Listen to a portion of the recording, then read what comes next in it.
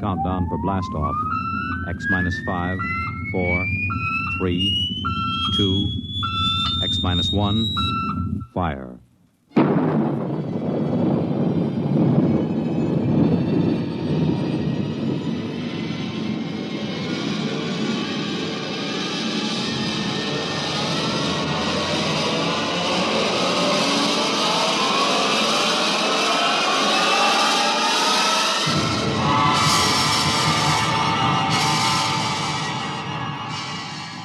From the far horizons of the unknown come transcribed tales of new dimensions in time and space.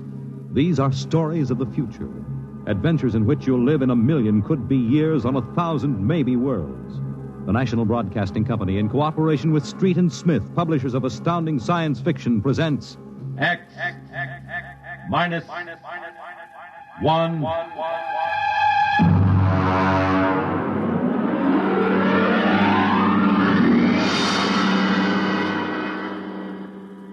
Tonight, the Ray Bradbury story entitled, And the Moon Be Still as Bright.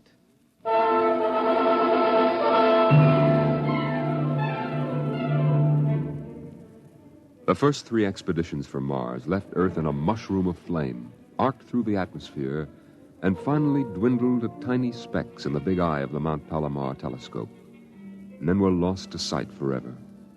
The prearranged landing signals flashed back to Earth, and then the radios went dead. One after the other, ships had disappeared and were never heard from again. But still the rockets came. The 4th expedition emerged from the silent gulfs of space, angled down toward the floating red disk of Mars, down into an orbit as the order came to land. The last blast of the bow jets broke red against the blue desert sands, and the ship slid to a halt at the edge of a vast city that reflected the icy glare of the moonlight. For a while, all was still. All right, Parkhill. Open the airlock. Aye, sir.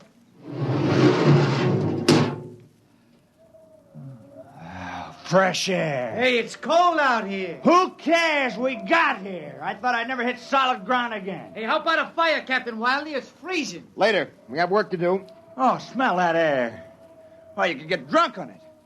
Say, there's an idea. Why don't we break out a bottle and celebrate? Biggs, there will be no drinking done till we're secured. But we're landed, Captain. 3 other expeditions landed and disappeared within 24 hours. Now, we're not relaxing security till we find out what happened to them. What do you mean, maybe Martians? Sender, you're an archaeologist. How old would you say they are? I can't tell till I study them more closely. It's a kind of engineering we couldn't duplicate on Earth. Well, I'm not interested in the architecture now. I want to make sure there's nothing there that might be dangerous. Mr. Hathaway. Yes, sir? I want you and Spender to take a reconnaissance party into the city and find out what's there. We'll set up camp here. No man is to go more than 50 feet from this rocket.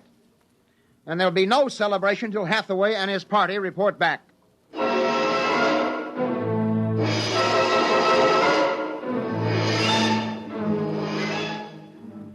In the sea bottoms, the wind stirred along faint vapors, and from the mountains, great stone visages looked upon the silvery rocket and the small fire.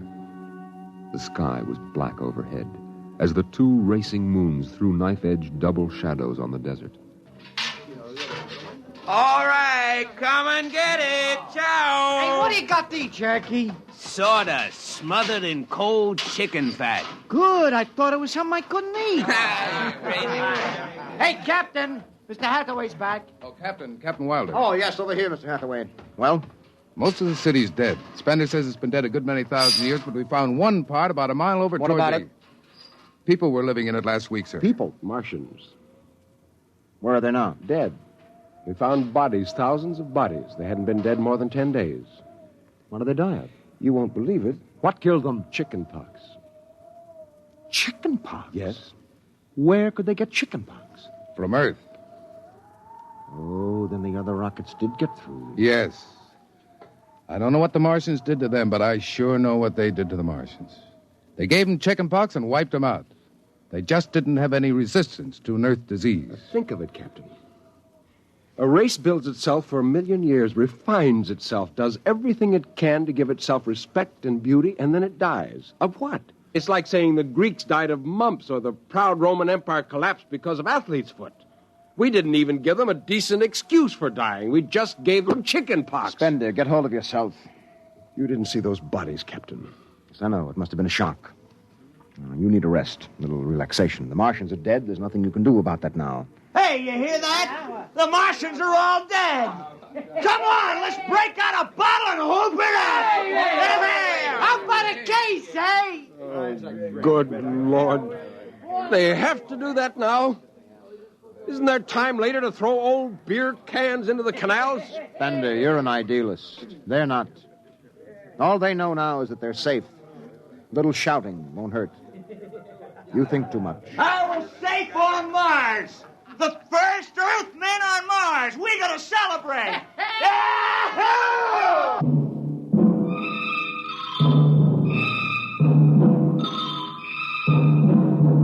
20 bottles were opened and drunk. The voices got louder. The earth laughs and shouts echoing across the empty Martian sands. Spender listened to the wind over his ears, cool and whispering. He felt the land getting cooler. The stars drew closer, very near. The air smelled clean and new. He looked at the cool ice of the white Martian buildings over there on the empty sea lands. Oh, what a woman! Oh. Hey, what do we do with these empty bottles? Save 'em, stupid. There's a 2-cent deposit. Throw them away! Hey, wait. How about that building? 2 to 1 on a buck. I can heave one right through that window. You're on. All right, here goes. Bullseye! Hey, double or nothing on the next shot. Put that bottle down, Biggs. Who's there, Mr. Spender? Stop smashing those windows. What's the difference? The planet's ours now. I guess I can do anything with it I want. Drop that bottle or I'll knock your teeth out. Yeah? Just watch me. I warned you, Big. Hey, come on. What's going on here? Spender! I hit him. He's crazy, Captain. He just walked up and slugged me. All right, Biggs. Spender, you come with me. Now, suppose you explain. What was the idea?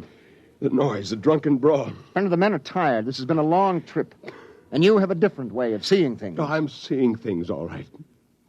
I'm seeing how we'll ruin Mars. We'll rip it up and rip the skin off the way we've already ruined Earth. Is that why you hit Biggs? Yes. I couldn't stand the idea of them watching us make fools of ourselves. Them? The Martians. They're dead. They're all dead. But they know we're here. Doesn't an old thing always know when a new thing comes? We've come a long way to smash their windows and spit in their wine. Well, maybe you're right. But I'm still going to fine you $50 for that fight. Now, come on, Spender. Suck in your chin. We'll go back there and play happy.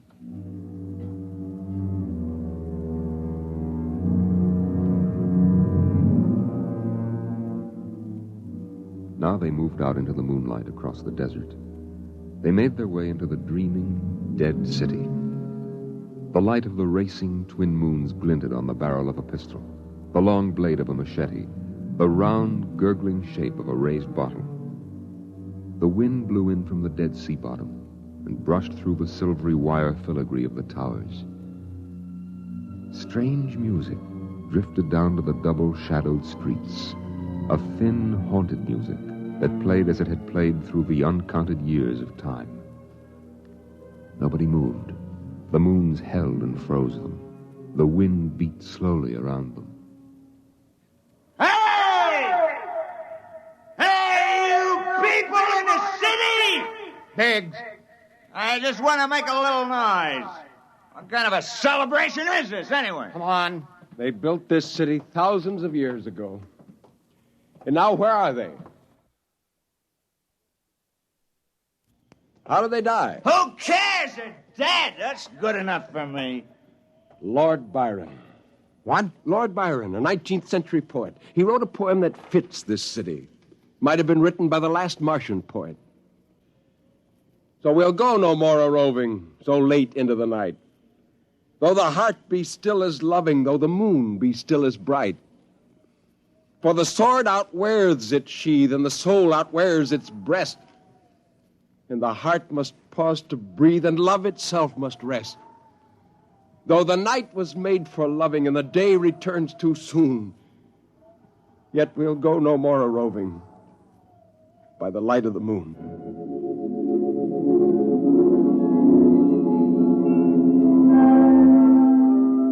Without a word, the Earthmen stood in the center of the city. It was a clear night. There was not a sound except the music of the wind. At their feet lay a tile court, worked into the shapes of ancient animals and images.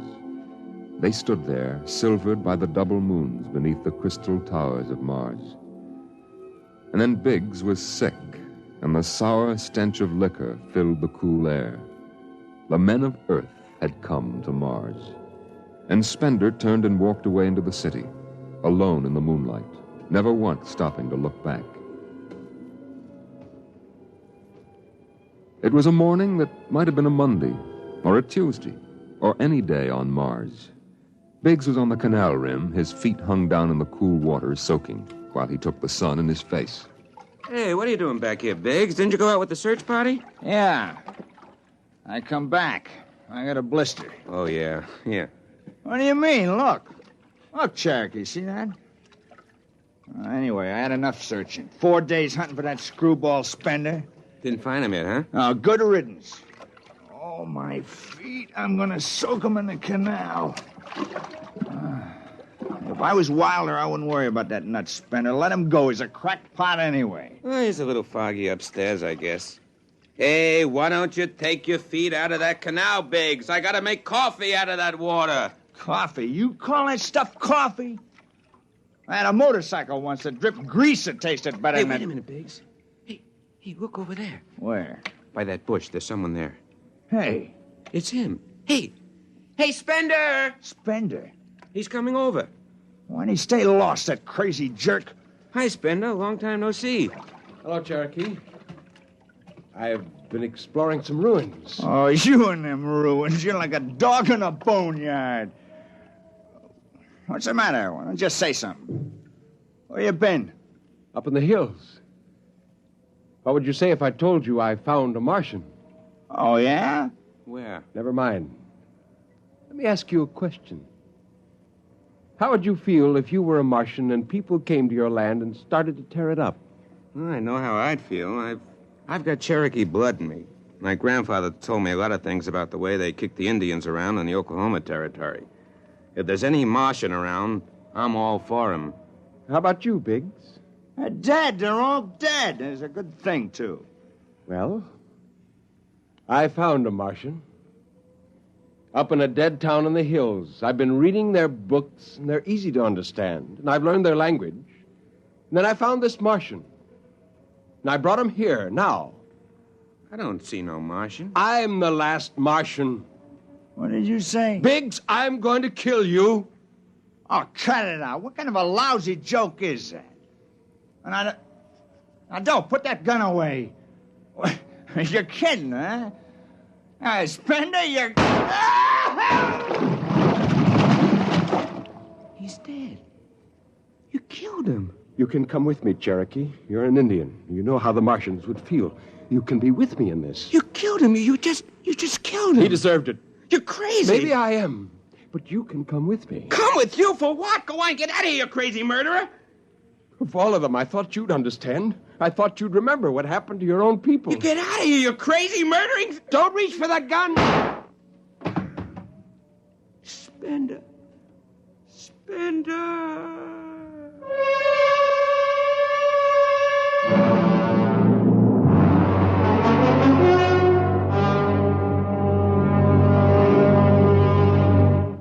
Hathaway, break out the arms locker. Issue pistols, rifles, and grenades. Yes, sir? And you'd better get the Bible out of the navigation chest. We have to bury these two.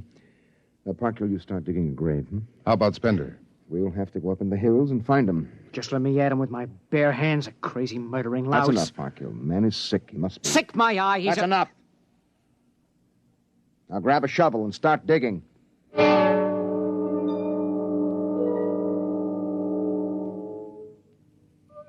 Spender saw the thin dust rising in the valley, and he knew the pursuit was beginning.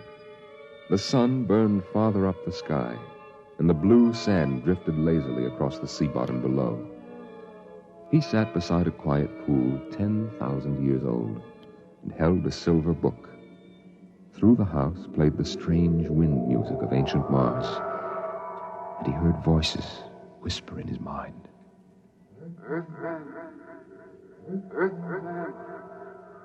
I hear you. I've always heard you, even down there on Earth. Run. No, I won't run. What's the use? Live, Earthman. Live. Live? What for? To see them tear down your temples and put up hot dog stands? Run. They've seen me now. They know I'm up here. Live. There's Wilder now. I've got him right in my sights. Kill, Earthman. Kill.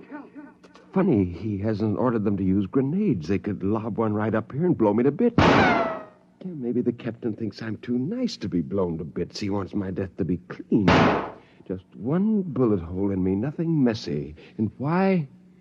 Because he understands me. Kill. The only one in the crew who ever did. Kill. Well, at least I can do the same for him. Just one bullet in his head, a nice clean death. All I have to do is pull the trigger and then... It's no use. I can't do it to him. Spender! Can you hear me, Spender? I hear you, Captain. What do you want? Talk! Truce! All right. Come on up. Leave your gun down there and keep your hands up.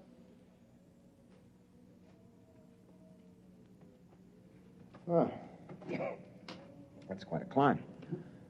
You mind if I sit down?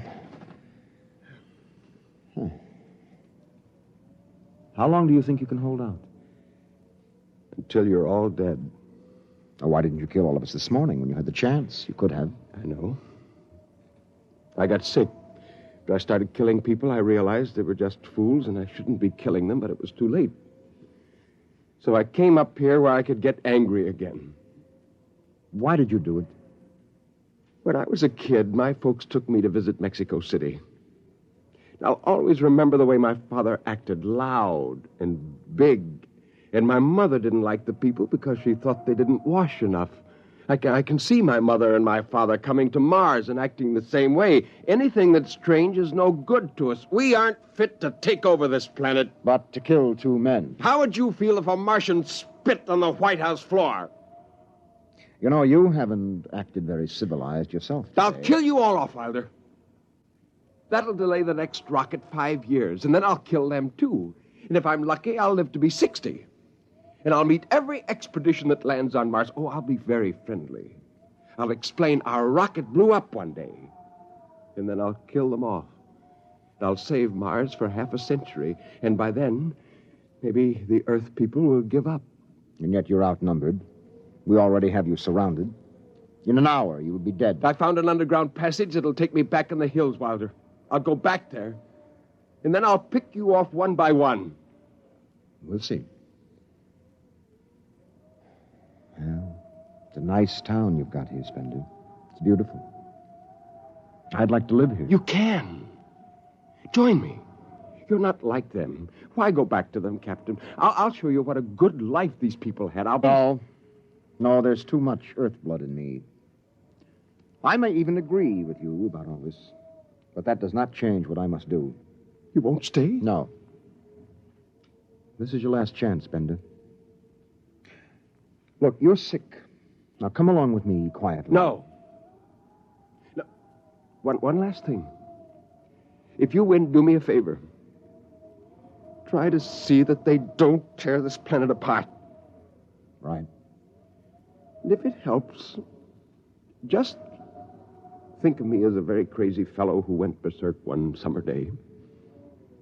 Be easier on you that way. I'll think that over.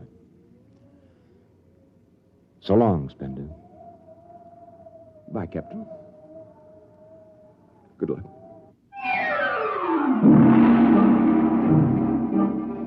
The men spread out again, walking and then running on the hot hillside places where there would be sudden cool grottos that smelled of moss, and sudden open blasting places that smelled of sun or stone.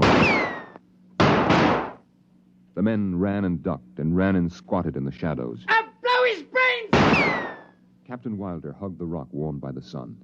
He gasped, for the air was thin and not meant for running.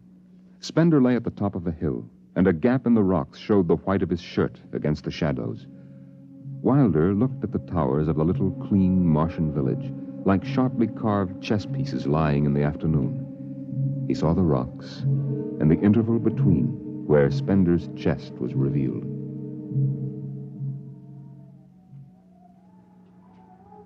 Go on, Spender. Get out. You've only got a few seconds to escape. Go on, get out of the caves. Come back later. You go now. I've got to win this. I've got to think that I'm right and pull this trigger. Go now. Get out. I'll get him! A slug in the head, I'll blow his bloody brains! No, Parkhill! Put down that gun. I'll do this myself. Spender. Why didn't you get out? Why? Why? Why?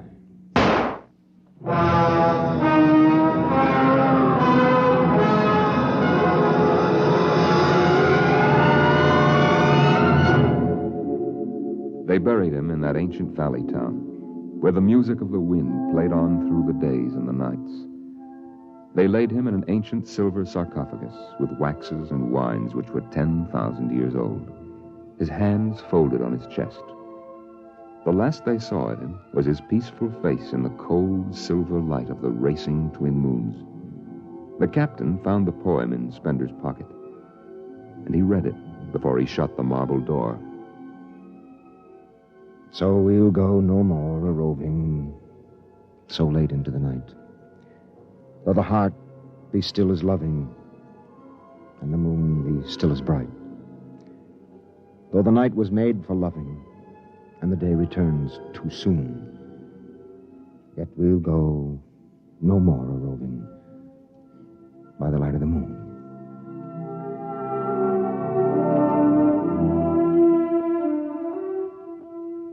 The next afternoon, Parkhill did some target practice in one of the dead cities, shooting out the crystal windows and blowing the tops off the fragile towers. Captain Wilder caught Parkhill and nearly knocked his teeth out.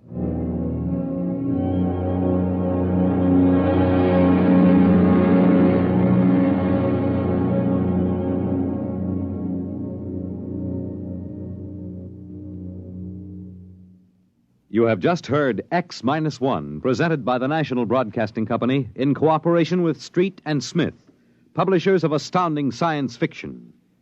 Tonight, by transcription, X-1 has brought you the Ray Bradbury story, And the Moon Be Still as Bright, adapted for radio by Ernest Kenoy. Featured in the cast were John Larkin, Clark Gordon, Dick Hamilton, Nelson Olmsted, Lawrence Kerr, and Stan Early. Your narrator was Norman Rose. Your announcer, Fred Collins. X-1 was directed by Daniel Sutter and is an NBC Radio Network production.